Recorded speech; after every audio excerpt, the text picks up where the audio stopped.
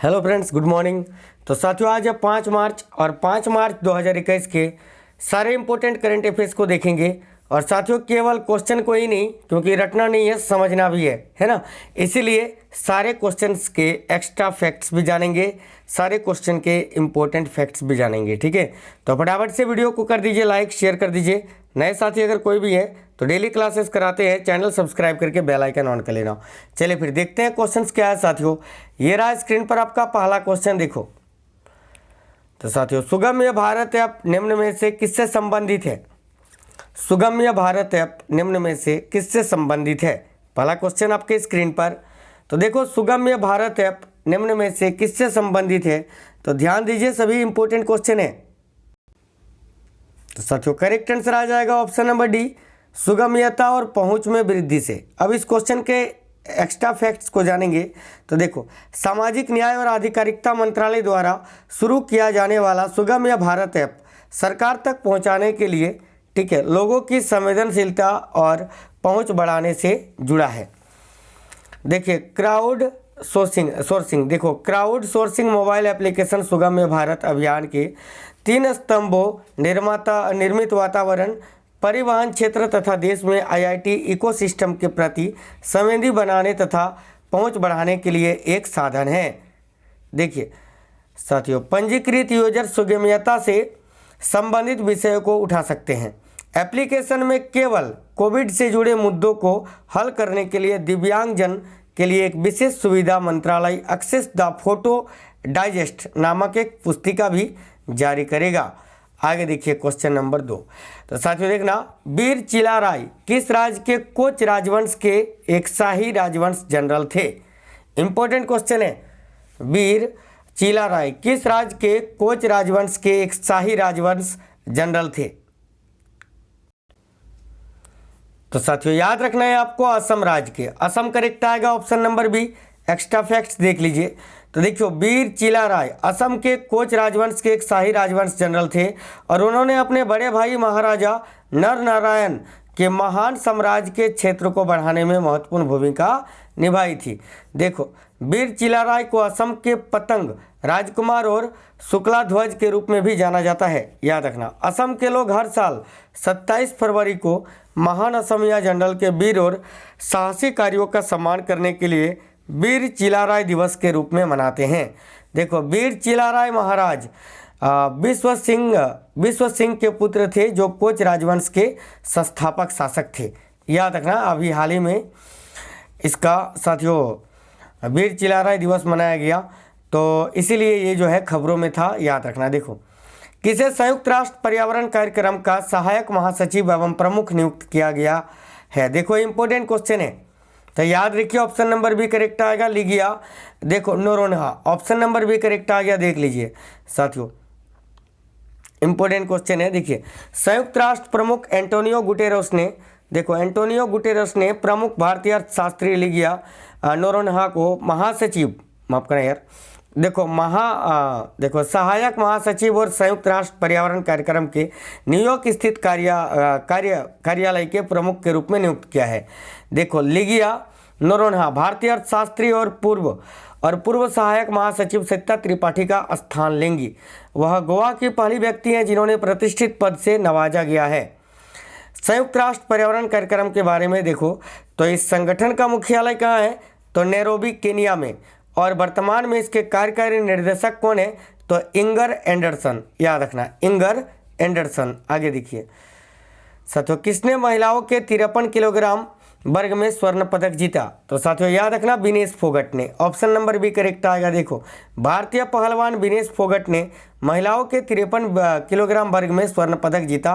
उन्होंने कभी यूक्रेन में 24वीं आउटस्टैंडिंग यूक्रेन के रेसलर्स और कोच मेमोरियल प्रतियोगिता में यह पदक जीता।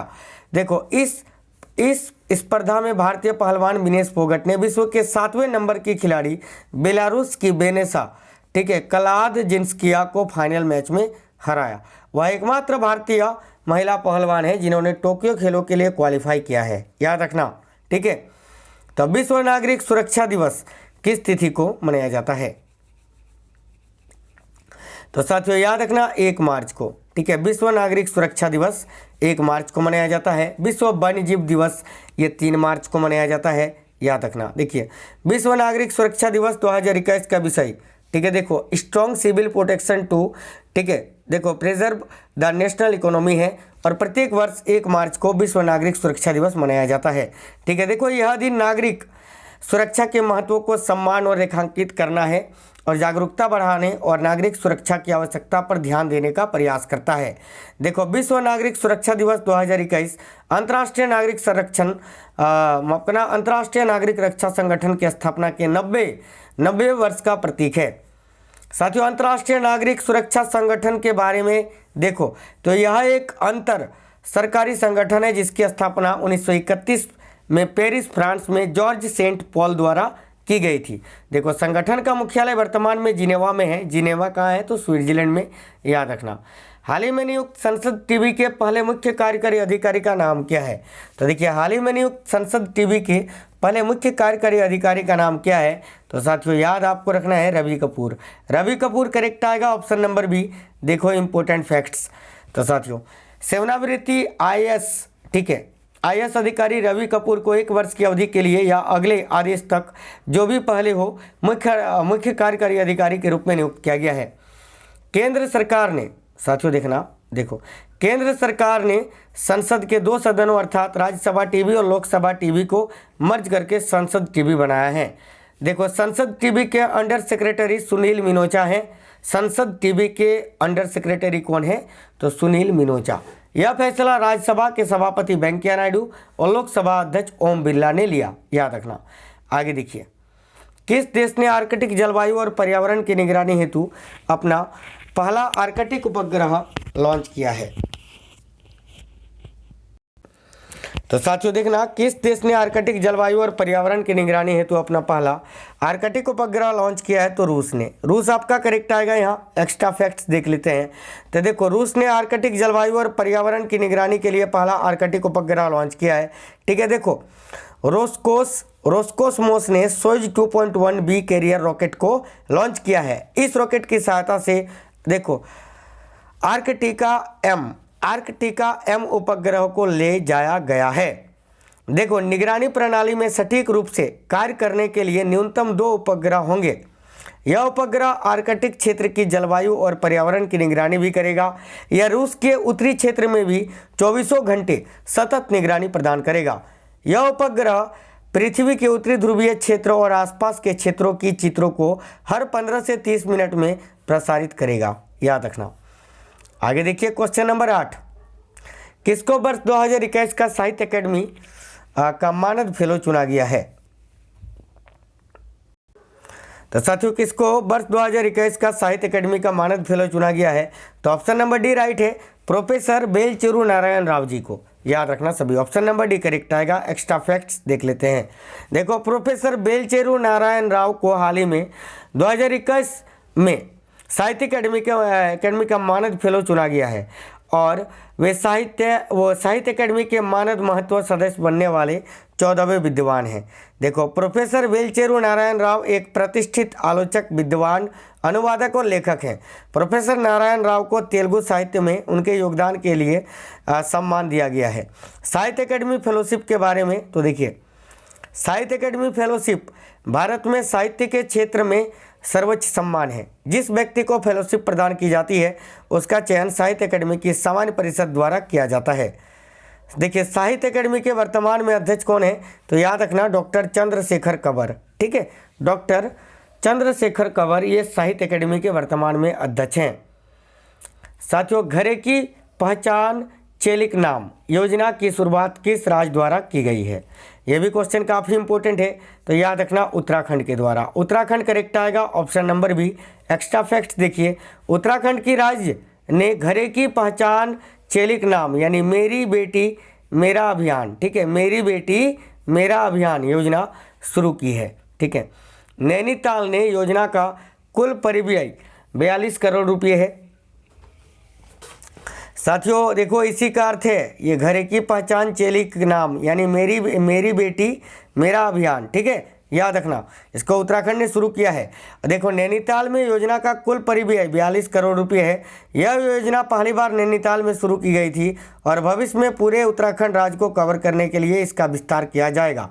यह योजना महिला सशक्तिकरण को बढ़ाने और आगे बढ़ाने के राज्य सरकार के प्रयास का एक हिस्सा है। राज्य ने 32,000 महिला समूह को स्वरोजगार योजना से जोड़ा है ताकि उन्हें आत्मनिर्भर बनाया जा सके। आगे देखिए क्वेश्चन नंबर 10, किस मंत्रालय ने स्वच्छ सर्वेक्षण 2021 का क्षेत्र मूल्यांकन शुरू किया है? तो साथियों याद रखना, आवास और शहरी कार्य मंत्रालय ने। एक्स्ट्रा फैक्ट्स देख लेते हैं। देखो आवास और शहरी कार्य मंत्रालय ने स्वच्छ सर्वेक्षण 2021 का क्षेत्र मूल्यांकन शुरू किया है। यह कार्यक्रम भारत सरकार द्वारा आयोजित वार्षिक स्वच्छता सर्वेक्षण के 6ठा संस्करण है। स्वच्छता सर्वेक्षण 2016 में शुरू किया गया था। देखो सर्वेक्षण शहरी स्वच्छता को बढ़ाने और बड़े पैमाने पर नागरिकों की भागीदारी को प्रेरित करने के लिए एक प्रतिस्पर्धी ढांचे का एक हिस्सा था। प्रारंभ में 1 मिलियन से अधिक जनसंख्या वाले केवल 73 शहर सर्वेक्षण के हिस्सा थे। वर्तमान में 4,242 शहर स्वच्छता सर्वेक्षण का हिस्सा है। तो साथियों thanks for watching this video. Class कैसा लगा है आप हमें कमेंट बॉक्स में कमेंट कर बताएंगे। सभी साथी वीडियो को लाइक कर देना, शेयर करना, चैनल सब्सक्राइब करके बेल आइकन ऑन कर लेना। तो साथियों मिलते हैं नेक्स्ट क्लास में, तब तक स्वस्थ रहिए, खुश रहिए साथियों। जय हिंद सभी को, वंदे मातरम, टेक केयर।